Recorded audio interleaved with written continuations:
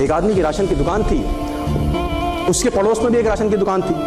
तो उसने बेटे को बोला, बेटा गया था पढ़ाई करने बाहर, उसने बोला बेटा दोनों राशन बेचते हैं, मेरा नहीं बिकता है, इसका बिकता है। हम ऐसा क्या कर रहे हैं जो हमको नुकसान दे रहा है, और ये ऐसा क्या कर रहा है जिससे इसका फायदा हो रहा है। दोनों चावल बेच रहे हैं, एक ही बासमती बेचते हैं, एक ही जगह से खरीदते हैं, एक ही रेट पे बेचते हैं, उसका बिकता है, साला मेरा नहीं बिकता। तकलीफ नहीं समझ में आ रही, सारे यंत्र तंत्र करके हार लिया, मौलवी के पास चला गया। अब क्या करूं? बेटे ने बोला 3-4 दिन देखने दो, गौर करने दो, फिर मैं आपको सोल्यूशन देता हूं, हमारी तरह लड़का होगा कोई। उसने 3-4 दिन दोनों को देखा कि करता क्या है, मेरा बाप क्या करता है, ये क्या करता है। 3-4 दिन गौर से देखने के बाद उसने बोला हो बाबा समस्या समझ में आ गई। बाप ने बोला क्या कर रहा है? बोला आप चावल तोलो, कैसे तोलते हो?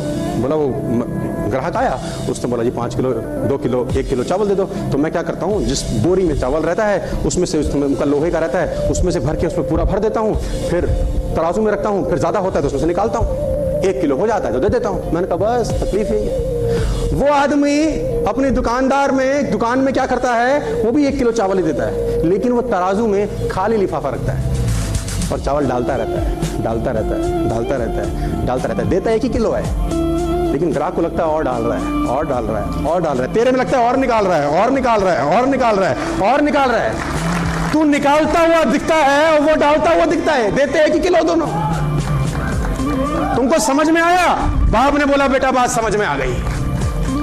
ग्राहक को लगता तू निकाले जा रहा है, साले और निकाल रहा है, बेटे सब निकाल दे, 1 ही किलो रहा तू। और वो खाली लिफाफा तराजू में रख के बंदे को लगता है और डाल रहा है, ये और डाल रहा है भाई, और डाल रहा है, ये बंदा बड़े इससे खरीदते हैं।